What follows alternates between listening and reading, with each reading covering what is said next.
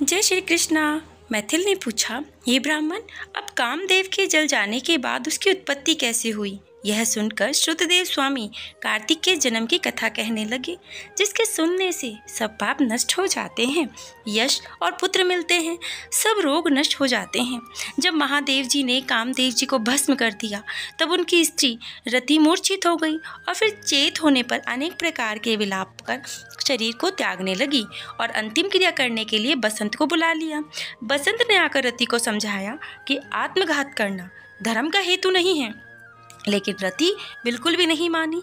अब नहीं मानने पर बसंत ने नदी के तट पर चिता बनाई और रति गंगा में स्नान कर संपूर्ण कर्म क्रिया से निश्चित होकर सब इंद्रियों को रोककर और मन को आत्मा में लीन कर लिया और चिता पर चढ़ने को उद्यत हो गई। अब तभी आकाशवाणी हुई कि हे कल्याणी, पति के रूप में तुम कामदेव को अत्यंत ही प्रेम करती हो, तुम चिता में प्रवेश मत करो।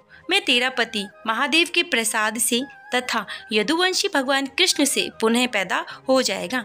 ऐसे क्रम से 2 जन्म होंगे, तब दूसरे जन्म में श्री कृष्ण से रुक्मणी के गर्भ से तेरा पति होगा, उसका नाम प्रद्युम्न होगा।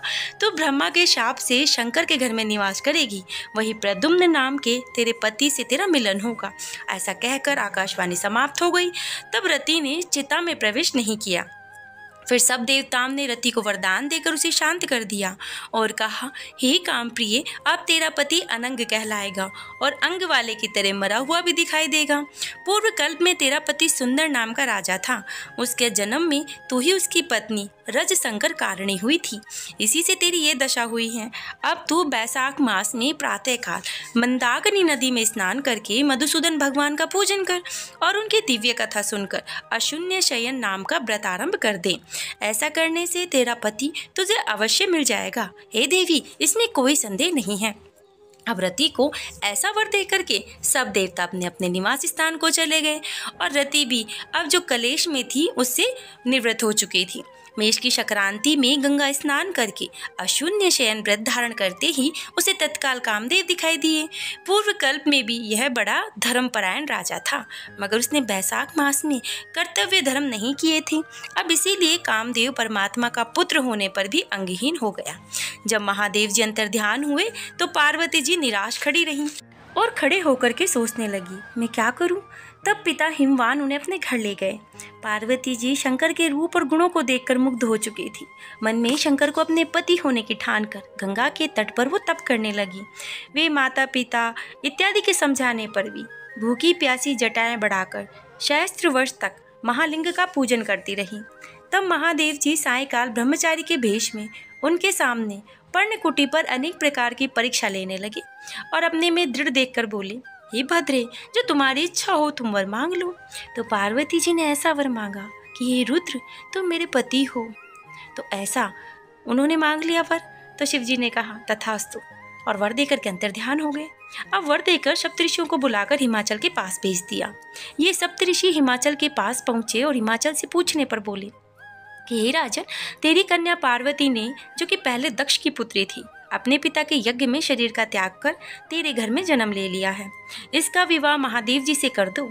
और यह बात सुनकर हिमाचल बोला कि पार्वती महादेव को ही अपना पता बनाने को घोर तप कर रही है। मैं भी अत्यंत हर्ष के साथ अपनी कन्या महादेव जी को दे चुका हूँ। अब आप वहाँ पधारो जहाँ महादेव जी हैं। हिमाचल का उत्तर ले सप्तऋषि महादेव जी के पास जाकर और विवाह निश्चित करके चले गए।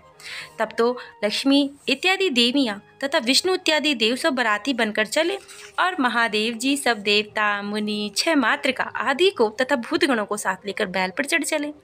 उनके आगे शंख मृदंग अनेकों बाजे बजने लगी। वेद की ऋचाओं के पाठ होते हिमाचल की पुरी में वे जा पहुंचे। तब शुभ लग्न में शिव पार्वती का विवाह संपन्न हुआ, जिसमें त्रिलोकी में आनंद छा गया। इस महोत्सव के पूर्ण होने पर शंकर जी पार्वती जी के संग स्वच्छंदता से हिमाचल के शिखर पर सहस्त्र दिव्य वर्ष तक रमण करते रहे। महादेव जी के द्वारा पार्वती के साथ नित्य प्रति रमण करने पर भी गर्भ स्थिति न हुई तो देवताओं को घोर चिंता उत्पन्न हो गई कि अब हमारे कार्य की सिद्धि कैसे होगी, ये तो बहुत कठिन है। तो खूब विचार करके उन्हें अग्नि को बुलाकर उनका अत्यंत सम्मान करके उन्हें वहां भेजा जहां महादेव जी रमण कर रहे थे, और कहा कि जब महादेव जी रमण कर चुकी हों तब तू प्रकट हो उनके सम्मुख चले जाना, जिससे वह पुनः रमण ना करें, क्योंकि तुझे देखकर पार्वती जी लज्जा के मारे वहां से हट जाएंगी। अब तू शिष्य होकर के कामेरी शिव जी से प्रश्न करके बहुत सा समय लगा देना। बहुत काल व्यतीत होने पर पार्वती जी के गर्भ से स्वामी कार्तिकेय का जन्म होगा। अग्नि देवताओं से विदा लेकर के जैसा उन्होंने कहा वैसा ही किया।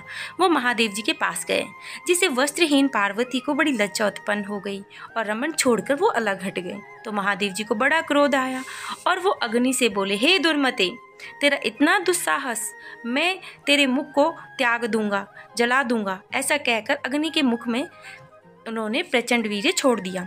उस प्रचंड वीर्य के उदर से प्रवेश होने में अग्नि ने दुखित हो स्वर्गलोक में देवताओं के पास जाकर के सवृतांत कहा, जिससे देवताओं को अब ये चीज़ जान करके बहुत हर्ष हुआ कि प्रसव कैसे होगा, ये जानकर दुख हुआ। अग्नि के उदर से महादेव जी का तेजों में जो वीर्य था वो बढ़ने लगा। 10 महीने हो गए और प्रसव का कोई उपाय नहीं हुआ।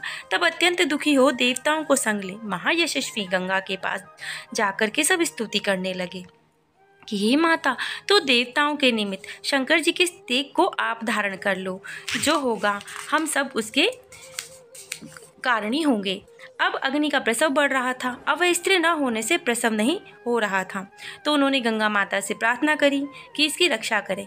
अब ऐसी प्रार्थना करने पर गंगा ने कहा, तथास्तु। सब देवताओं के कहने पर अग्नि ने गर्भमोचन मंत्र से गर्भ का आकर्षण कर शंकर जी के तेज को गंगा में छोड़ दिया। यह तेज बड़ा दीप्तिमान और लोकों में असहनीय था। कुछ मास पर्यंत गंगा जी उसे सहन न कर सकी और जल सूख गया और रक्त कले पर दिखाई देने लगा। तब अत्यंत दुख से व्याकुल हो अपने उदर और गर्भ को त्याग दिया, जो सप्तर्णों में गिरा, जहाँ विदीर्ण हो उस गर्भ के 6 भाग हुए। तब ब्रह्मा जी की भेजी 6 कृतिकाएं आई और उन्होंने शंकर कंडों से विभिन्न शाचंब तेज के 6 भागों को ग्रहण कर 6 मुख का पुरुष बनाया, जिसका शरीर ही एक था। उसे बहुत दृढ़ कर दिया। यह पुरुषाकार 6 मुखी शरीर बहुत ही समय तक सरकंडों में वैसे ही पड़ा रहा, जिसका कोई रक्षक नहीं था। एक दिन बैल पर चढ़े हुए महादेव पार्वती उसी स्थान से होकर श्रीशैल को जा रहे थे कि सहसा पार्वती के स्तनों से दूध की धार टपकने लगी। तो विस्मित हो पार्वती ने महादेव जी से अकस्मात स्तनों के दूध बहने का कारण पूछा। तो महादेव बोले, हे पार्वती, तेरा पुत्र यहीं नीचे पड़ा हुआ है और अपने रमण की बात और अग्नि की वहाँ आना, जिससे पार्वती को देखकर उनका लज्जा से वहाँ हट जाना और उनका वीर्य अग्नि के मुख में छोड़ देना, गंगा के जलने से गंगा का शरकंडों में छोड़ देना और वहाँ पर उनके 6 भाग हो जाना और 6 मातृकाओं के दृढ़ कर देने पर सारा वृत्तांत महादेव जी ने पार्वती को सुना दिया। फिर कहा कि उसकी आकृति पुरुष जैसी हो गई है, उसी को देख तेरे स्तनों से दूध टपकने लगा है। उसका पराक्रम विष्णु के समान होगा, तो इसका पालन पोषण कर, यही तेरा औरस पुत्र है, इसे उठाकर ले चल। महादेव जी की ऐसी बात सुनकर के पार्वती जी बालक को गोद में उठा करके दूधपान कराने लगी और पुत्र स्नेह में तत्पर हो महादेव जी के साथ कैलाश चली गई। पुत्र का पालन कर अत्यंत संतुष्ट हुई। तो हे राजन, यह कुमार के जन्म की कथा मैंने तेरे सामने कही। इसे नित्य प्रति सुनने से पौत्र आदि इत्यादि में वृद्धि होती है। इसलिए बैसाख मास में धर्म करने से स्त्रियों का विधवा योग मिट जाता है और अत्यंत पुण्य होता है। इसी के प्रभाव से अनंग कामदेव का सांग हो गया। जो लोग इस मास में बिना स्नान दान किए बिता देते हैं, उन्हें बहुत से धर्म करने पर भी अनेक दुखों को भोगना पड़ता है। इसलिए यही एक मास संपूर्ण धर्मों के करने का हितकारी होता है और ये कथा हमें हर सोमवार को अवश्य सुननी चाहिए। जय श्री कृष्ण, राधे राधे।